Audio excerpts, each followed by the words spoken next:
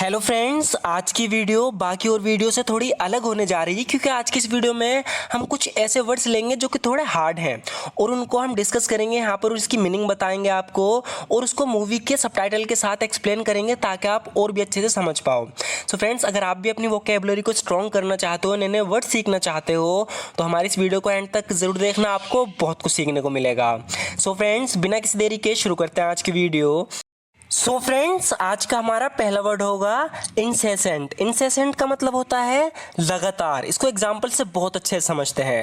यहाँ पर ये कह रही है कि लगातार बारिश से यहाँ बाढ़ जैसे हालात पैदा हो गए हैं। सो फ्रेंड्स, इसने कहा है लगातार, तो इसकी इंग्लिश होगी incessant rain caused flood like situation है।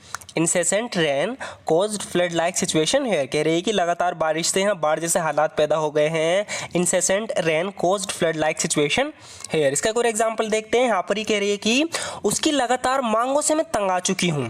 तो यहाँ पर भी लगातार की बात चल रही है। कह रही है कि उसकी लगातार मांगों से मैं तंग आ चुकी हूँ। इसकी इंग्लिश होगी I am tired of his incessant demands. I am tired of his incessant demands, यानी उसकी लगातार मांगों से मैं तंग आ चुकी हूँ।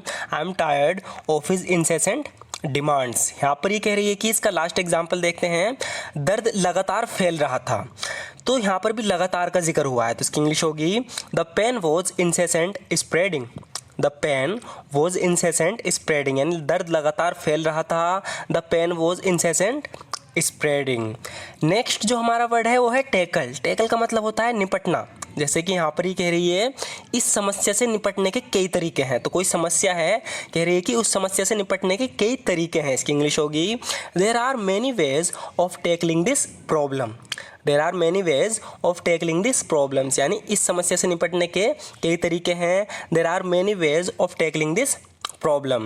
इसका कोई एग्जाम्पल देखते हैं। यहाँ पर ही कह रहे हैं कि महंगाई से निपटने के लिए सरकार पूरी तरह से तैयार है। तो यहाँ पर ध्यान से देखना, सबसे पहले तो निपटने के लिए हम टैकल का यूज़ करेंगे और पूरी तरह से तैयार होने के लिए हम यूज़ करते हैं ऑल सेट। ऑल सेट एक फ्रेज़ है जिसका मतलब होता है पूरी तरह से तैयार। जैसे कि यहाँ पर ही कह रही है महंगाई से निपटने के लिए सरकार पूरी तरह से तैयार है। इसकी इंग्लिश होगी the government is all set, यानी कि जो गवर्नमेंट है वो पूरी तरह से तैयार है। The government is all set to tackle inflation. Inflation मतलब होता है महंगाई।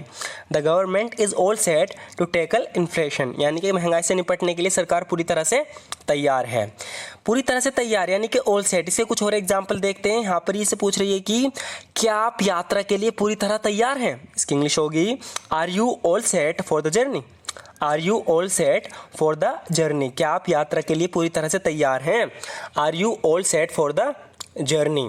तो कह रही है कि I am all set let's go. कह रही है कि मैं पूरी तरह से तैयार हूँ। I am all set let's गो, चलो चलें। यहाँ पर इससे पूछ रहा है कि क्या पार्टी के लिए सब कुछ पूरी तरह से तैयार है। इसकी इंग्लिश होगी is everything all set for the party.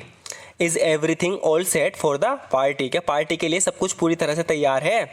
Is everything all set for the party.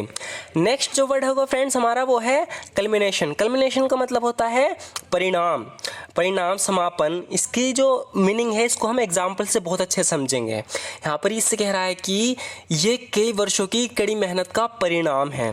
तो कुछ चीज़ इन्हें मिली है, कुछ इन्होंने अचीव किया है, तो कह रहा है कि ये कई वर्षों की कड़ी मेहनत का परिणाम है। इस इंग्लिश में बोलेंगे this is the culmination of many years of hard work. This is the culmination of many years of hard work, यानी कई वर्षों की कड़ी मेहनत का परिणाम है। This is the culmination of many years of hard work. यहाँ पर ये इससे कह रहा है कि ये प्रोजेक्ट उसके ज़िंदगी भर के काम का परिणाम है। तो यहाँ पर भी परिणाम की बात चल रही है, तो उसकी इंग्लिश होगी this project is the culmination of his life's work. This project is the culmination of his life's work, यानी ये प्रोजेक्ट उसकी ज़िंदगी भर के काम का परिणाम है। This project is the culmination of his life's work. इसका लास्ट एग्जाम्पल देखते हैं। यहाँ पर ये बोल रहा है कि उनकी तलाक वर्षों के कड़वे झगड़े और तकरार का परिणाम है। तो मतलब कि किसी के बीच तलाक हो रही है, तो बता रहा है कि उनकी जो तलाक है वो वर्षों के कड़वे झगड़े और तकरार का परिणाम है। तो इसे थोड़ा ध्यान से देखना। इसकी इंग्लिश होगी their divorce is the culmination. Culmination मतलब परिणाम है। Their divorce is the culmination of years of bitter fights and wrangling. Wrangling का मतलब होता है तकरार। तो यहाँ पर ये कह रहा है कि their divorce divorce is the culmination of years of bitter fights and wrangling, यानी उनकी तलाक वर्षों के कड़वे झगड़े और तकरार का परिणाम है। नेक्स्ट हमारा वर्ड होगा रेंगल। रेंगल का मतलब होता है विवाद, उलझन, झगड़े। जैसे कि यहाँ पर एग्जाम्पल से समझेंगे, ये कह रही है कि मैं समिति के साथ किसी विवाद में नहीं पड़ना चाहती। जो कमेटी है, समिति बोलते हैं हिंदी में, कह रही है कि मैं उस कमेटी के साथ किसी भी विवाद में नहीं पड़ना चाहती। तो यहाँ विवाद की बात चल रही है, तो इसकी इंग्लिश होगी I don't want to get into a wrangle with the committee. I don't want to get into a wrangle with the committee, यानी मैं कमेटी के साथ किसी भी विवाद में नहीं पड़ना चाहती। यहाँ पर ये कह रहा है कि छोटी छोटी बातों पर दूसरों से ना उलझें, तो उलझने के लिए भी हम रेंगल का यूज़ कर सकते हैं।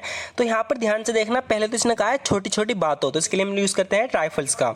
इसकी इंग्लिश होगी don't wrangle with others over trifles. Don't wrangle with others over trifles, यानी छोटी छोटी बातों पर दूसरों से ना उलझें, यानी कि विवाद में ना पड़े, ना टकराएं। तो इसकी इंग्लिश होगी don't wrangle with others over trifles. इसका एक और एग्जांपल देखते हैं। यहाँ पर ही कह रहा है कि आखिरकार तकरार सुलझ गई, तो तकरार के लिए भी हम रेंगल का यूज़ करेंगे। The रेंगल is finally resolved. The रेंगल is finally resolved, यानी आखिरकार तकरार सुलझ गई। नेक्स्ट जो हमारा वर्ड है यहाँ पर होगा नो ऑर्डिनरी। नो ऑर्डिनरी का मतलब होता है कोई साधारण। जैसे कि यहाँ पर ही कह रहा है कि कोई साधारण व्यक्ति ये नहीं कर सकता। इस इंग्लिश में बोलेंगे no ordinary person can do this. No ordinary person can do this, यानी कोई साधारण व्यक्ति ये नहीं कर सकता। No ordinary person can do this. यहाँ पर ही कह रही है कि मैं भी कोई साधारण लड़की नहीं हूँ, तो इसकी इंग्लिश होगी I am no ordinary girl too. I am no ordinary girl too, यानी मैं कोई साधारण लड़की नहीं हूँ। I am no ordinary girl too. Next जो हमारा वर्ड होगा वो होगा होल हार्टेडली। होल हार्टेडली का मतलब होता है तहे दिल से। जैसे कि यहाँ पर ही कह रही है कि that's exactly right, I agree wholeheartedly with you. So friends, यहाँ पर किसी ने कोई बात कही है, ये उसकी बात से सहमत है, तो इससे कह रही है कि ये बिल्कुल सही है, यानी ये बात बिल्कुल सही है, मैं आपसे तहे दिल से सहमत हूँ। That's exactly right, I agree wholeheartedly with you, मैं आपसे तहे दिल से सहमत हूँ। तो तहे दिल के लिए हम कौन सा वर्ड यूज़ करेंगे? Wholeheartedly. नेक्स्ट यहाँ पर ही कह रहा है कि मेरी मेहनत को बेकार मत जाने देना। तो मेहनत के लिए या प्रयास के लिए हम यूज़ करते हैं एफर्ट का, तो इसकी इंग्लिश होगी don't let my effort be wasted. Don't let my effort be wasted, यानी मेरी मेहनत को बेकार मत जाने देना। Don't let my effort be wasted. Next होगा फ्रेंड्स, यहाँ पर ही कह रहा है कि गली के कोने में कूड़े का ढेर लगा हुआ है। तो ढेर के लिए हम यूज़ करते हैं पाइल का, तो इसकी इंग्लिश होगी there is a pile of rubbish in the corner of the street. There is a pile of rubbish in the corner of the street, यानी गली के कोने में कूड़े का ढेर लगा हुआ है। There is a pile of rubbish in the corner of street.